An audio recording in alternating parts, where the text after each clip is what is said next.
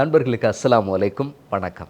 இன்றைய தினம் இந்த சிறப்பு கலந்துரையாடல் நிகழ்ச்சியில் முஸ்லீம் காங்கிரஸினுடைய தலைவர், பாராளுமன்ற உறுப்பினர், அமைச்சர், சட்டத்தரணி, இந்த முறை கண்டி மாவட்டத்தினுடைய வேட்பாளராக களமிறங்கும் பாராளுமன்ற உறுப்பினர் ரவுஃப் ஹக்கீம் அவர்களை சந்திக்கிறோம். அஸ்ஸலாமு அலைக்கும். வலைக்கம் அஸ்லாம் ஹிஷாம். இன்றைய தினம் இந்த கலந்துரையாடலில் பல்வேறுபட்ட விடயங்களை அவருடன் கலந்துரையாட போகிறோம். முக்கியமாக கடந்த காலங்களில் நிறைய விமர்சனங்கள் வந்தது. அந்த விமர்சனங்கள் குறித்த அவருடைய கருத்துக்கள், இன்னும் பல்வேறுபட்ட விஷயங்களை இந்த கலந்துரையாடலில் நாம் அவரிடம் கேள்விகளாக முன்வைக்க இருக்கிறோம். இப்போது சமூக ஊடகங்களில் பார்த்திங்கன்னா, நீங்கள் சொன்ன ஒரு உதாரணத்தை வச்சு நிறைய ட்ரோல் செய்கிறாங்க. நீங்கள் பஸ்ஸுக்கு பிரேக் அடித்தது, அதிலேருந்து இப்போ நிறைய பேர் விழுந்துட்டாங்களான்ற மாதிரி ஒரு விதமான ஒரு ட்ரோல், கேலி, இந்த மாதிரியான விமர்சனங்களே அதிகமாக பார்க்கக்கூடியதாக இருக்குது. இது குறித்து நீங்கள் என்ன மாதிரியான ஒரு கருத்து தெரிவிக்க போகிறீங்க? ஜனாதிபதி தேர்தலுக்கு முன்பு எமது கட்சியைச் சேர்ந்த உறுப்பினர்கள் முன்னாள் ஜனாதிபதி ரணில் விக்ரமசிங்கவுடன் கூட்டு வைப்பதற்கு தயாராகி கொண்டிருக்கிறார்கள் என்ற பின்னணியில் எமது கட்சி உறுப்பினர்கள் கட்சியோடு இணைந்து பயணிப்பதற்கான ஒரு அழுத்தத்தை கொடுப்பதற்கான பேச்சாகவே அந்த பேச்சு அமைந்திருந்தது. அவர்களுக்கு ஒரு முன்னறிவிப்பை உடனடியாக வந்து கட்சியில் இணைந்து கொள்ளவில்லை என்றால் அவர்களுக்கு நடக்க இருப்பது என்ன என்பதை குறித்த விஷயத்தை தெளிவுபடுத்துவதற்காகத்தான் இந்த பஸ்ஸிலே இப்பொழுது வந்து ஏறிக்கொள்ளுங்கள், நாங்கள் இலக்கை அடைந்த பிற்பாடு நீங்கள் ஃபுட்போர்டிலே ஏறினால் நடக்க இருப்பது என்ன என்பதை பற்றியெல்லாம் சொல்வதற்காகத்தான் அந்த முன்னுதாரணத்தை நான் சொல்லியிருந்தேன். அதை சற்று ஆவேசமாக சொன்னதன் காரணம், அன்று கட்சியின் கட்டுப்பாட்டையும் மீறி முன்னாள் ஜனாதிபதியின் அணியில் சேர்வதற்கு ஆர்வமாக இருந்த இருவரை இலக்கு வைத்துத்தான் அதை நான் பேசியிருந்தேன். அந்த இருவருக்கும் என்ன நேர்ந்தது என்பதை பற்றி நான் இங்கு சொல்ல வரவில்லை. இருந்தாலும் ஈற்றிலே இப்படியான விவகாரங்கள் குறித்து கட்சிக்குள்ளே நிறைய விசனம் இருந்தது, ஆத்திரம் இருந்தது. பாராளுமன்ற உறுப்பினர்கள் கட்சி தலைமையோடு ஒன்றித்து பயணிக்க வேண்டும் என்கிற அந்த விவகாரத்தில் சற்று பிசகாக நடந்து கொண்ட சிலரை இலக்கு வைத்து சொன்ன விவகாரம் வெவ்வேறு விதமான வியாக்கியானங்களை எடுத்து அதை முஸ்லீம் காங்கிரஸின் தலைமையை சற்று விமர்சிப்பதற்காக என்று மீம்ஸ் போட்டு சிலர் பாவிக்க தொடங்கியிருந்தார்கள். இருந்தாலும் என்னுடைய நோக்கம் நிறைவேறியிருக்கிறது. நீங்கள் இப்போது ஒரு 30 வருடத்துக்கும் அதிகமான காலம் அரசியலில் இருக்கக்கூடிய ஒருவர். எப்போது ஆரம்பித்தீர்கள் இந்த அரசியல் பயணத்தை? இத்தனை ஆண்டு காலமாக இந்த அரசியலில் இருக்கிறீங்க? என்னுடைய அரசியல் பயணம் ஆரம்பித்தது கொழும்பு சட்டக்கல்லூரியிலே என்னுடைய முன்னாள் தலைவர் மர்ஹூம் எம்எச்எம் அஷ்ரஃப் அவர்களை அவர் அன்று ஹால்ஸ்டாஃப் நீதிமன்ற இருக்கின்ற இடத்துக்கு வந்த நிலையில் அவரை அகஸ்மாத்தாக சந்திக்க நேர்ந்த இடத்திலே ஏற்பட்ட நட்பு, அந்யோன்யம், அதற்கு பிற்பாடு அவர் அகதியாக அவருடைய வீடு தீக்கிரையாகி கொழும்புக்கு வர நேர்ந்தபோது நான் சட்ட உதவியாளராக பணியாற்றி கொண்டிருந்த ஜனாதிபதி சட்டத்தரணி ஃபாயிஸ் முஸ்தஃபாவுடைய வீட்டிலே அவருக்கு அடைக்கலம் கொடுக்கப்பட்டிருந்தது. அங்குதான் அவர் சில மாதங்கள் தங்கியிருந்தார். அந்த நிலையிலே அவரோடு ஏற்பட்ட அந்யோன்ய உறவின் அடிப்படையில் அவருடைய அரசியல் பாசறையிலும் இணைந்து கொண்டு செயலாற்றுகின்ற அந்த நல்ல சந்தர்ப்பம் எனக்கு கிட்டியது. ஆக ஒரு 30 வருஷத்துக்கு அதிகமான காலம். 1985களிலிருந்து ஆரம்பித்த பயணம் கிட்டத்தட்ட 40 வருடங்களே அண்மிக்க போகிறது. இப்போது ரவுஃப் ஹக்கீம் அவர்களே, அந்த காலங்களில் வந்து நீங்கள் சந்தித்த விமர்சனங்களுக்கும், சில நேரங்களில் பத்திரிகைகளில் விமர்சனங்கள் எழுதப்படலாம், அல்லது ஏதாவது யாராவது ஒருவர் சொல்லுகிற விஷயங்கள். ஆனால் இப்போது இந்த சமூக ஊடகங்கள் பெரிய அளவில் வியாபித்திருக்கக்கூடிய இந்த காலத்தில் வரக்கூடிய விமர்சனங்களை நீங்கள் பார்க்குற நேரங்களில் இதை கையாளுறதுல ஏதாவது சிரமம் இருக்கிறதா? தமிழிலே சொல்வார்கள், காய்த்த மரத்துக்குத்தான் கல்லடி என்று சொல்வார்கள். என்னை பொறுத்தமட்டில் அரசியலில் விமர்சனம் என்பது சகஜமாக நடக்கின்ற விவகாரம். அதிலும் மூத்த அரசியல்வாதி என்ற அடிப்படையில் சமூகத்தின் அரசியல் நீரோட்டத்திலே ரெண்டரை கலந்த ஒருவனாக இருக்கின்ற என்னை பற்றி சாதக பாதகமாக கருத்துக்கள் வெளிவருவது அரசியலில் நேர்மையாக நியாயமாக நடக்கின்ற விவகாரம். அதை பற்றி அலட்டிக்கொள்ள வேண்டிய அவசியமில்லை. ஆனால் ஆக்கபூர்வமான விமர்சனங்களை உள்வாங்கிக் கொண்டு எங்களை திருத்திக் கொள்வதும் வேண்டுமென்றே ஒரு காழ்ப்புணர்ச்சியோடு என்னை நோக்கி சொல்லப்படுகின்ற விமர்சனங்களை கண்டுகொள்கின்ற அதே நேரம் மிக நிதானமாக அவற்றை எதிர்கொள்வதும் தான் நான் வளமையாக செய்கின்ற விவகாரம். இப்போது அதிகமாக இந்த இளைஞர்கள் புதிதாக நாட்டில் உருவாகி இருக்கக்கூடிய அலையோடு அவர்கள் அந்த அலையில் இணைந்து கொள்கிறார்கள். அந்த இளைஞர்கள் அதிகமாக விமர்சனங்களை முன்வைக்கிறாங்க. இதுக்கு முஸ்லீம் காங்கிரஸ் கடந்த காலங்களில் எடுத்த சில தீர்மானங்களும் காரணம் என்ற மாதிரி நீங்கள் அண்மையில் ஒரு உரை நிகழ்த்தியிருந்தீர்கள். ஆக இந்த இளைஞர்களை மீண்டும் உங்களோடு இணைத்து கொண்டு இந்த பயணத்தை முன்னெடுக்கிற என்ன மாதிரியான திட்டங்கள் இந்த முறை வகுத்திருக்கிறீர்கள்? இளம் தலைமுறையினரை உள்வாங்குகின்ற விவகாரம் முக்கியமானது. எங்களுடைய கட்சிக்குள்ளும் இது சம்பந்தமான அவதானம் மிக கூர்மையாக செலுத்தப்பட்டிருக்கிறது. இந்த அடிப்படையில் தான் ஜனாதிபதி தேர்தல் நடந்து கொண்டிருந்த சந்தர்ப்பத்திலும் ஒரு பாரிய இளைஞர் மாநாடு ஒன்றை கிட்டத்தட்ட 7000 இளைஞர்களை அழைத்து நாங்கள் ஓட்டமாவடியிலே நடத்தியிருந்தோம். அதுவும் எங்களுடைய மறைந்த தலைவருடைய நினைவு நாளை இளைஞர்களின் மாநாடாக மாற்றி மறைந்த எங்களுடைய பெருந்தலைவர் எம்எச்எம் அஷ்ரஃப் அவர்களுடைய அரசியல் நெறியும் பாதையும் இப்படிப்பட்டது என்பதை அவர்களுக்கு உணர்த்துகிற. ஏனென்றால் ஒரு மரபு சார்ந்த கட்சி, ஒரு 40-30 வருஷங்கள் பழமையான ஒரு இயக்கம், அதனுடைய பூர்வீகம், அதனுடைய அடிப்படை கொள்கைகள், இவை குறித்த சரியான புரிந்துணர்வு புதிய தலைமுறையினருக்கு இல்லாமல் இருக்கலாம். அதன் காரணமாகத்தான் சில நேரம் இந்த இயக்கத்தை வெவ்வேறு கண்ணாடிகளூடாக பார்க்கின்ற நிலவரம், அதே நேரம் கட்சிக்குள்ளே உருவெடுத்திருக்கின்ற சில மோசமான கலாச்சாரங்களை களைய வேண்டும், இல்லாமலாக்க வேண்டும் என்ற ஆர்வமும் இன்றைய இளைஞர்களுக்கு, அதுவும் எங்களுடைய அடிப்படை போராளிகளாக இருக்கின்ற இளம் தலைமுறைக்கு மத்தியில் இருப்பதை நாங்கள் இனம் கண்டிருக்கிறோம். இப்போ உங்களுடைய இந்த முறை கண்டியில் உங்களுடைய ஸ்லோகம் உறுதியான குரல். இப்போ இந்த உறுதியான குரல் மூலமாக நீங்கள் கண்டியில் இருக்கக்கூடிய இளைஞர்கள், கண்டியில் இருக்கக்கூடிய முஸ்லீம் மக்களுக்கு சொல்ல போகிற செய்தி என்ன இந்த முறை? தொடர்ந்தும் இந்த பாராளுமன்ற பிரதிநிதித்துவம் என்பது வெறும் மௌனித்து போயிருக்கிற விவகாரம் அல்ல. சமூகம் சார்ந்த, தேசம் சார்ந்த, தேசியம் சார்ந்த சவாலான சந்தர்ப்பங்களில் மிக உறுதியாக அந்த விவகாரங்களை பேசுகிற இடம்தான் பாராளுமன்றம். என்னுடைய நீண்டகால செயல்பாடுகளில் அதை ஒரு முக்கியமான தளமாக நான் பாவித்து வந்திருக்கிறேன். அதே நேரம் எங்களுடைய மறைந்த தலைவர் அவர்கள் சொல்வார்கள், ஒரு தலைவராக இருக்கின்ற போது சில சந்தர்ப்பங்களில் குருடனாகவும், சில சந்தர்ப்பங்களில் செவிடனாகவும், சில சந்தர்ப்பங்களில் ஊமையாகவும் இருக்க வேண்டிய நிலவரங்கள் ஏற்படும் என்று.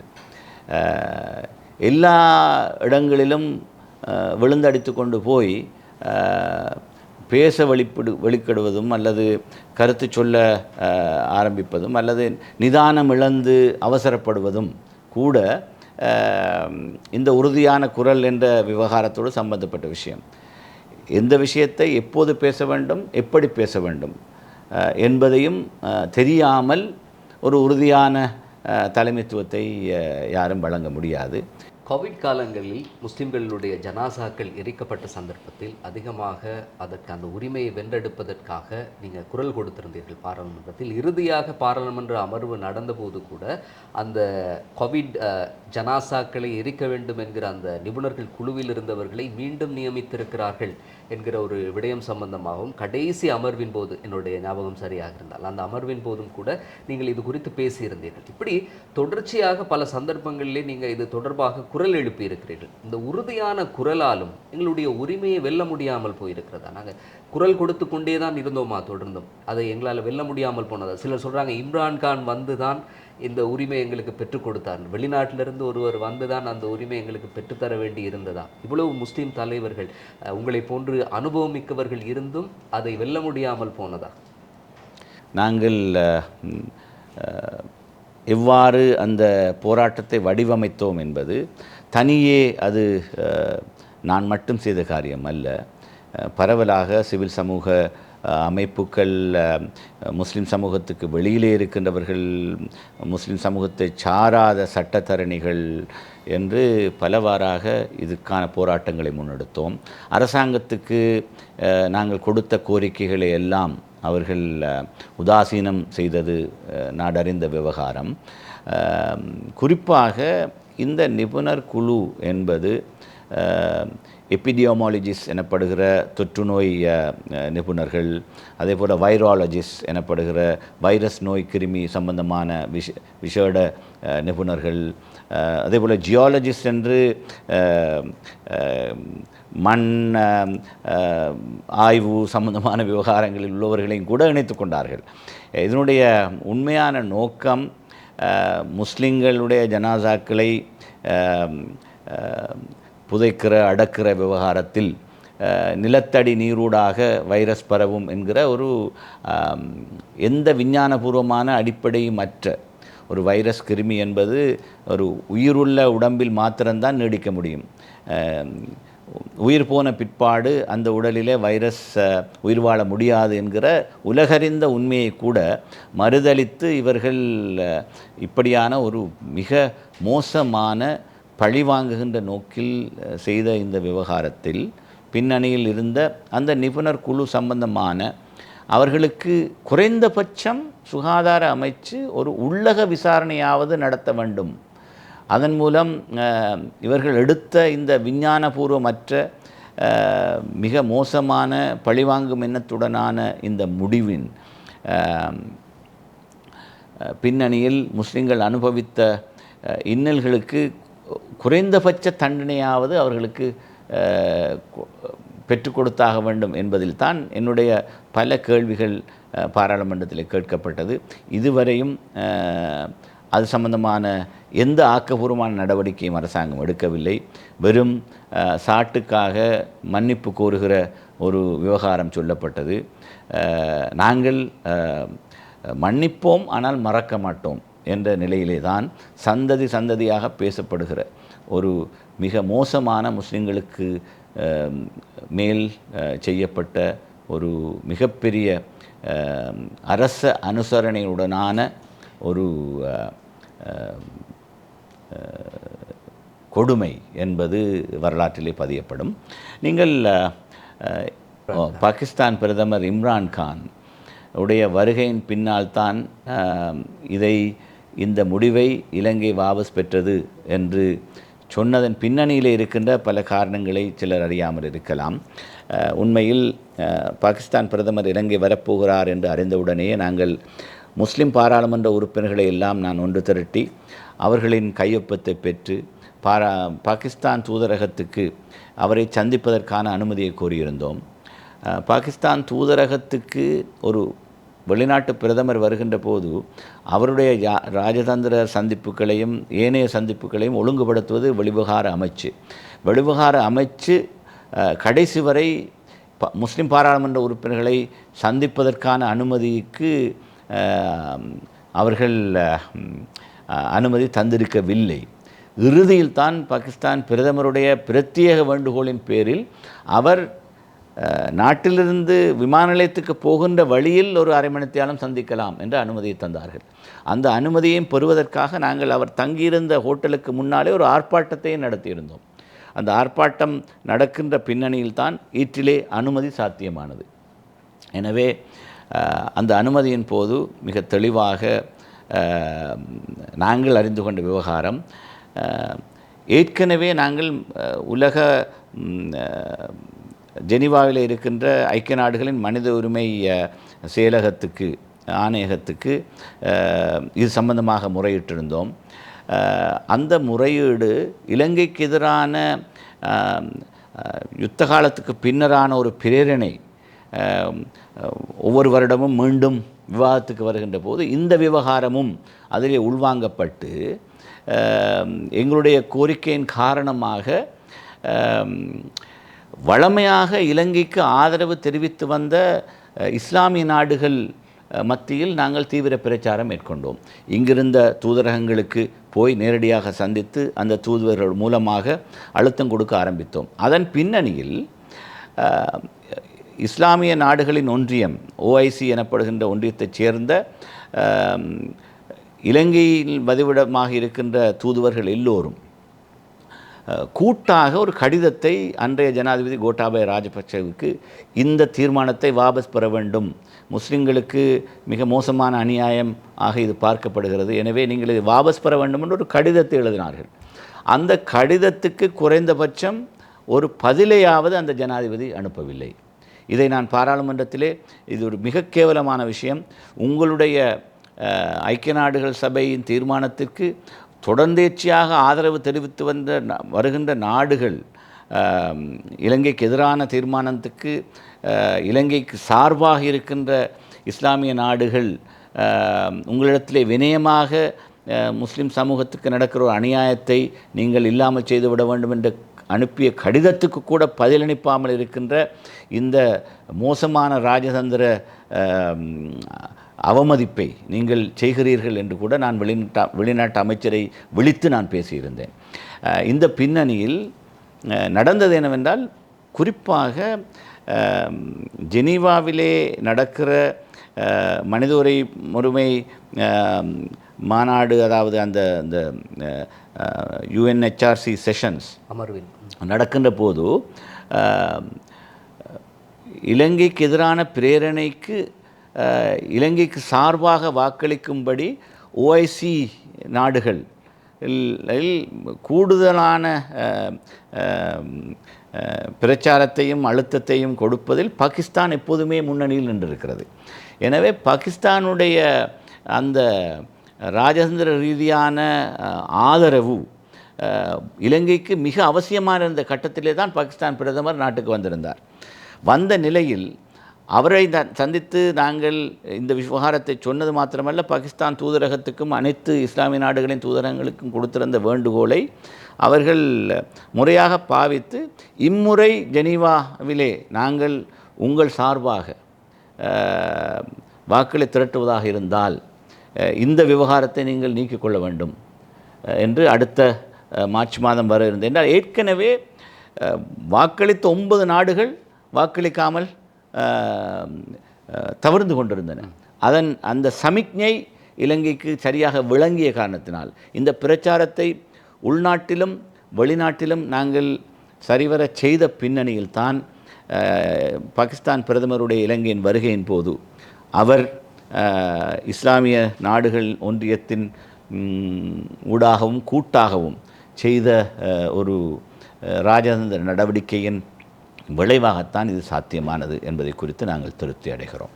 சரி, இப்போது இந்த அரசாங்கம், கோட்டாவினுடைய அரசாங்கம் இந்த பிரச்சனைக்கான காரணம் இந்த நிபுணர்கள் குழுன்னு சொல்லி எல்லா குற்றத்தையும் அவர்கள் மீது சுமத்திவிட்டு ஒரு மன்னிப்போடு அவர்கள் தங்களை சுத்தப்படுத்தி கொண்டார்கள். ஆனால் உண்மையில் இதனுடைய பின்னணியில் இருந்தது இந்த நிபுணர்கள் குழுவா அல்லது கோட்டாவினுடைய அரசாங்கத்தோடு இணைந்திருந்த சில பேரா? அதிகமாக இப்போது சொல்லப்படுகிற இனவாத அரசியல்வாதிகள்னு சொல்லப்படக்கூடிய ஒரு குழுவினர், இவர்கள் அதனுடைய பின்னணியில் இருந்தார்கள். யார் இதனுடைய பின்னணியில் இருந்து செயற்பட்டது? அன்றைய அரசாங்கம்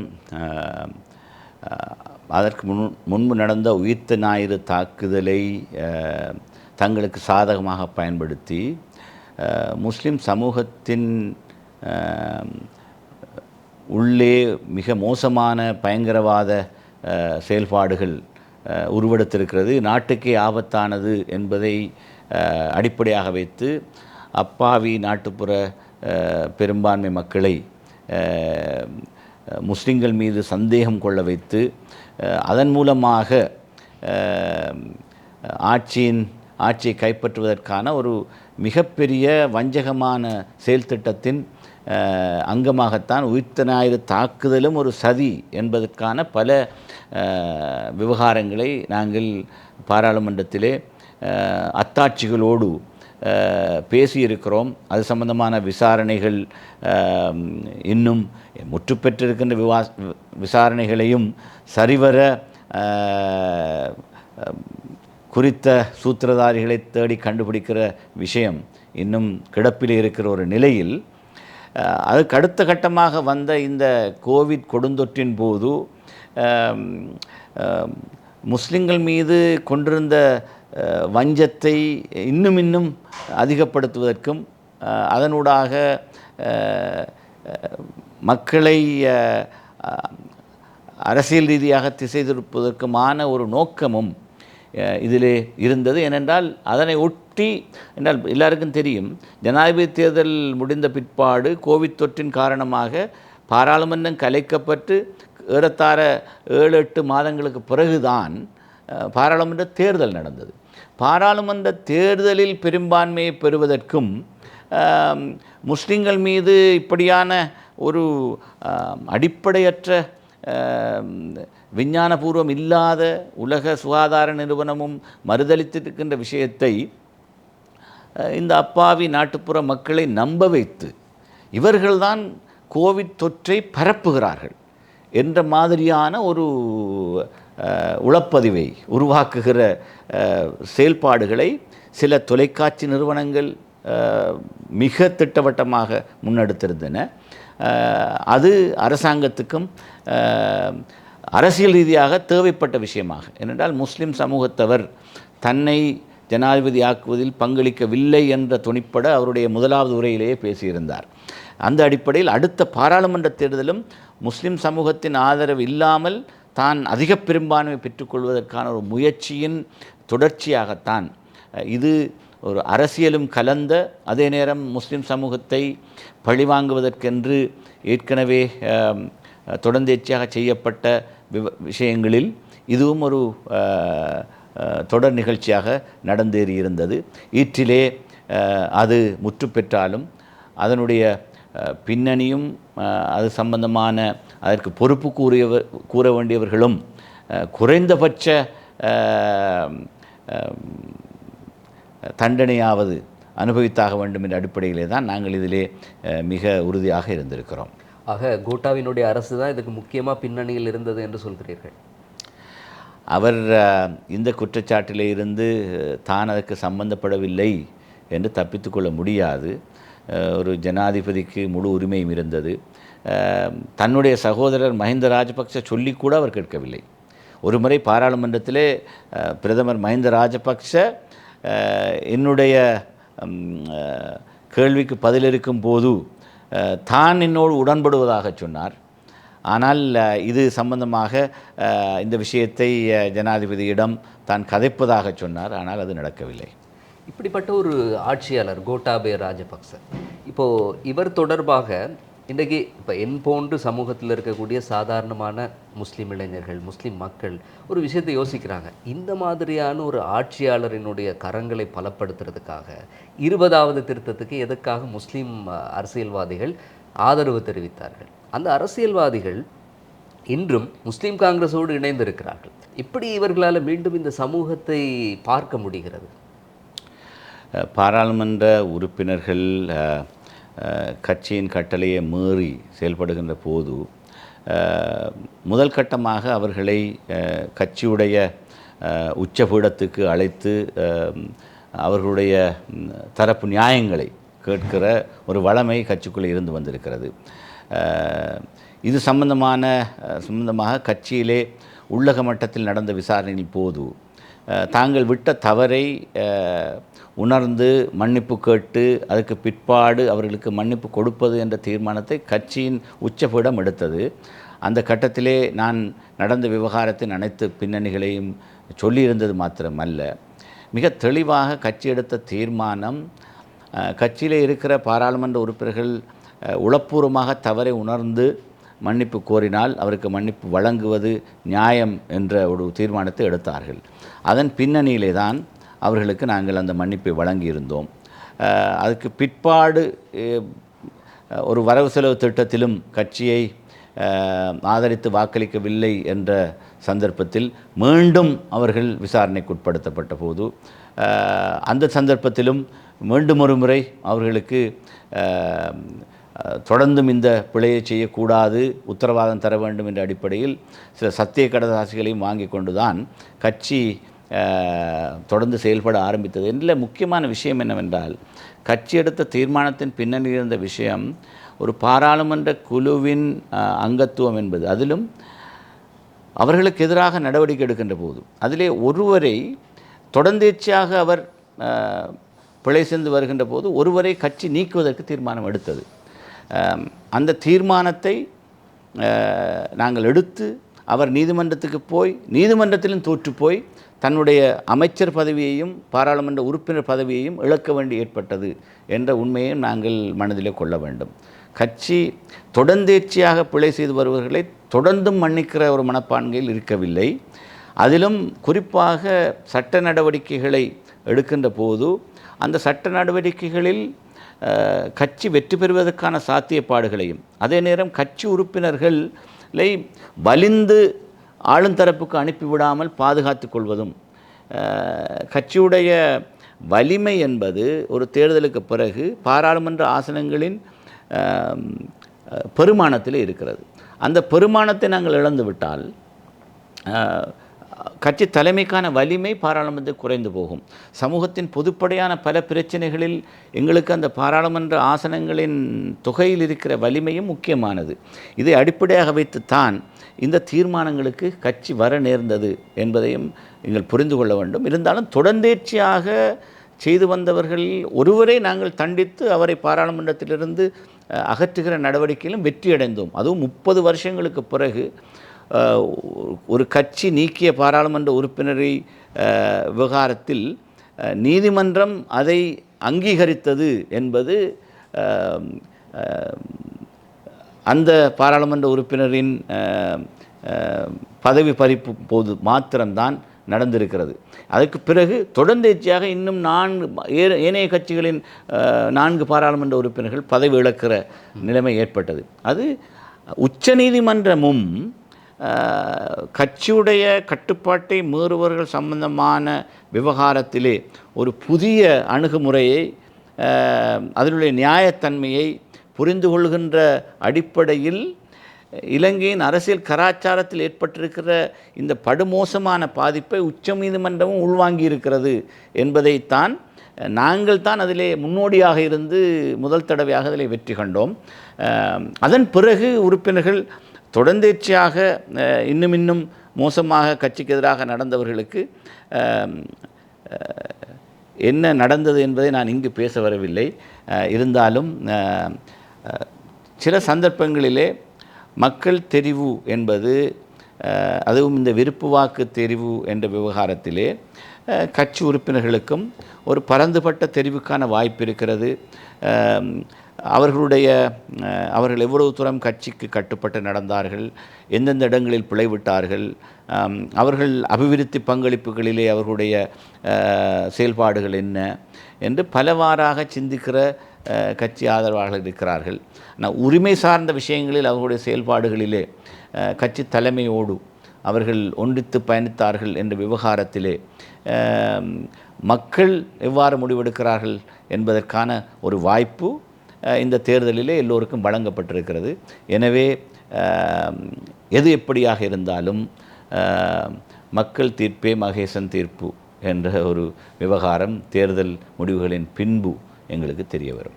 இப்போ சமூகத்தில் அண்மைய காலங்களில் பார்த்தீங்கன்னா முஸ்லீம் காங்கிரஸ் என்கிற பெயரில் முஸ்லீம் என்கிற வார்த்தையை எடுத்துவிட்டு காங்கிரஸ் என்கிற பெயரோடு வேறு ஏதாவது பெயரை வைத்துக் கொள்ளுங்கள், எங்களை அதில் சேர்த்து விடாதீர்கள் என்று சொல்லுகிற அளவுக்கு கடுமையான விமர்சனங்களை முன்வைக்கிறாங்க. இது குறித்து உங்களுடைய கருத்து என்ன? இந்த நாட்டிலே ஸ்ரீலங்கா முஸ்லீம் காங்கிரஸ் உருவாக்கப்பட்ட நாளிலே இருந்து இந்த விமர்சனம் இருந்து வருகிறது. முஸ்லீம் காங்கிரஸின் தேவை இல்லாமல் போகின்ற போது முஸ்லீம் காங்கிரஸ் ஒரு வேறு பரிமாணம் எடுக்கலாம். என்னை பொறுத்த மட்டிலே முஸ்லீம்களுடைய உரிமைகளுக்கான விவகாரத்திலே போலியாக நாங்கள் கட்சியுடைய பெயரை மாற்றிக்கொண்டு செயல்பட வேண்டும் என்ற தேவை முஸ்லீம் காங்கிரஸுக்கு கிடையாது. கடந்த காலங்களில் எங்களுடைய மறைந்த தலைவரும் முஸ்லீம் காங்கிரஸ் என்ற கட்சியோடு சேர்த்து நாங்கள் முஸ்லீம் அல்லாத இன்னும் ஒரு கட்சிக்கு தலைவராக தன்னை உருவகப்படுத்திக் கொள்வதற்கான ஒரு முயற்சியை எடுத்திருந்தார். தேசிய ஐக்கிய முன்னணி என்ற பெயரில் அந்த கட்சி, உண்மையில் சொல்லப்போனால் தேசிய ஐக்கிய முன்னணியில், அதுவும் தேசிய ஐக்கிய முன்னணிக்கு மரச்சின்னத்தை கூட மாற்றி எடுத்து அதன் ஒரு பிரதிநிதியாக என்னை கண்டி மாவட்டத்தில் போட்டியிட வைத்து, கண்டி மாவட்டத்திலே அதாவது வடகிழக்குக்கு வெளியில் மரச்சின்னத்தில் முஸ்லீம் காங்கிரஸின் மறு உருவமான தேசிய ஐக்கிய முன்னணியில் வெற்றி பெற்ற ஒரே பாராளுமன்ற உறுப்பினர் என்ற அடிப்படையில் இந்த எண்ணம் எனக்கும் இல்லாமல் இல்லை. ஆனால் முஸ்லீம் காங்கிரஸ் போராளிகளின் மத்தியில் கட்சியின் பரந்துபட்ட வலைப்பின்னலில் இருக்கின்ற எல்லோரும் அதற்கான சந்தர்ப்பம் வருகின்ற போது இது அவ்வாறு செய்து கொண்டால் ஆட்சேபனை இல்லை. ஆனால் என்னை பொறுத்த மட்டிலே போலித்தனமாக ஒரு சமூகத்தின் உரிமைக்காக போராடுகின்ற இயக்கம் பேரை மாற்றிக்கொள்ள வேண்டும் என்ற ஒரு நோக்கம் எனக்கு கிடையாது. வேறொரு சிலர் அதை செய்திருக்கிறார்கள். ஆனால் அது உளப்பூர்வமான ஒரு மாற்றமாக எல்லோரும் ஏற்றுக்கொள்கிற ஒரு விஷயமாக வருகின்ற போது மாத்திரம் அது சாத்தியமாகும். இப்போது கண்டியிலே இன்னும் முஸ்லீம் பாராளுமன்ற உறுப்பினர்கள் இருந்தாலும் கூட ஒரு உறுதியான குரலாக தொடர்ச்சியாக மக்கள் உங்களை அடையாளப்படுத்தி இருக்கிறார்கள். சில பாராளுமன்ற உறுப்பினர்கள் இருக்கிறார்கள், அவர்கள் எப்போதாவது இருந்துட்டு ஒரு தடவை பேசுவார்கள் பாராளுமன்றத்தில். ஆனால் கண்டியில் உங்களுக்கு உறுதியான ஒரு வாக்கு வங்கி ஒன்று இருக்கிறதாங்க. ஆனால் இந்த முறை ஒரு பலமுனை போட்டி ஒன்று உருவாகி இருக்கிறது. இந்த பலமுனை போட்டியில் வாக்குகள் சிதறடிக்கப்பட்டு ஒரு பிரதிநிதித்துவம் இழக்கப்படுறதுக்கான வாய்ப்பு இருக்கிறதா? பலமுனை போட்டி என்று இருப்பது இது முதல் தடவை அல்ல. இதற்கு முன்பும் பலமுனை போட்டி என்ற நிலையில்தான் இதற்கு முன்பு 6 தடவைகள் நான் பாராளுமன்றம் போகின்ற வாய்ப்பை கண்டி மாவட்ட மக்கள் எனக்கு ஏகோபித்து வழங்கியிருந்தார்கள். என்னோடு ஏனைய சகோதர பாராளுமன்ற உறுப்பினர்களும் பாராளுமன்றம் போகின்ற வாய்ப்பு கிட்டியிருக்கிறது. எனவே என்னை பொறுத்த மட்டில் என்னதான் பலமுனை போட்டி என்று இருந்தாலும் கண்டி மாவட்டத்து முஸ்லிம் சமூகம் விவேகமான ஒரு சமூகம். அது தன்னுடைய பிரதிநிதித்துவத்தையும் தகுதியானவர்களை பாராளுமன்றத்துக்கு அனுப்புகிற விஷயத்திலும் தவறிழைக்க மாட்டாது என்பதில் எனக்கு ஆழமான நம்பிக்கை இருக்கிறது. ஆக இப்போது பார்லமெண்டத்திலே ஒரு பெரும்பான்மை பலம் அமைவது ஆபத்தானது என்று சொல்லி அண்மையில் நீங்கள் குறிப்பிட்டிருந்தீர்கள். ஆகவே ஒரு தேசிய அரசாங்கம் ஒன்றுதான் அமைய வேண்டும் என்கிற கருத்துக்களை எல்லாம் முன்வைத்திருக்கிறீர்கள். இப்போ இருக்கக்கூடிய தேசிய மக்கள் சக்தி குறைந்தபட்ச பெரும்பான்மையை வெற்றி பெறுவதற்கான வாய்ப்பும் மிக குறைவாகவே இருக்கிறது என்ற கருத்துக்களை முன்வைத்திருக்கிறீர்கள். இது குறித்து சொல்லுங்கள். அது ஒரு அனுமானமே ஒழிய அது ஒரு தீர்ப்பாக நான் சொல்லவில்லை. என்னை பொறுத்த மட்டில் தேசிய மக்கள் சக்தி என்ற புதிய இந்த அரசியல் பிரவாகம் ஒரு காட்டாற்று வெள்ளம் மாதிரி எல்லாவற்றையும் அள்ளிக்கொண்டு போய்விடும் என்ற ஒரு சிந்தனையில் நான் இல்லை.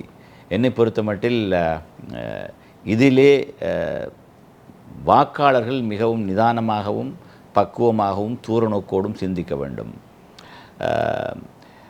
திடீரென்று முளைத்திருக்கிற புதிய தலைமைகள், இவருடைய பூர்வீகம் என்ன, இவருடைய கொள்கை கோட்பாடுகள் என்ன என்பதை பற்றி இன்னும் சரியான தெளிவில்லை. அதே நேரம் அவர்கள் நிறுத்தியிருக்கிற வேட்பாளர்களின் பின்னணி என்ன என்பதும், அவருடைய தகுதி தராதரங்கள் என்ன என்பதும் குறித்தும் இன்னும் ஆழமாக பரிசீலிக்கப்பட வேண்டும். ஆனால் எல்லோருக்கும் நாங்கள் அவர்களுக்கு மக்கள் ஆதரவு இருந்தால், அந்த பெரும்பான்மை அவர்கள் அடைந்து விட்டால் ஒரு ஆட்சி அமைவதிலும் ஆபத்தில்லை. ஆனால் இன்றிருக்கிற பொருளாதார சீர்கேடுகளுக்கு மத்தியில், குறிப்பாக உலக நாணய நிதியத்தின் இந்த கடன் மறுசீரமைப்பு விவகாரம் இன்னும் முடிவுறாமல் இருக்கிற நிலையில், இந்த வருட இறுதியில் தான் நாங்கள் கடன் மீள திருப்பி கட்டுகிற விவகாரங்கள் ஆரம்பிக்கும். உலக நாணய நிதியத்தின் வரையறைகளுக்கு கட்டுப்பட்டு பல விஷயங்களை செய்ய வேண்டியிருக்கும். எனவே இந்த சந்தர்ப்பத்தில் நான் சொல்வதெல்லாம், அரசியல் கட்சிகள் எல்லாவற்றையும் ஒன்றிணைத்து ஒரு தேசிய அரசாங்கம் அமைவதன் மூலம் சகல தரப்பிலும் இருக்கிற நிபுணத்துவத்தையும்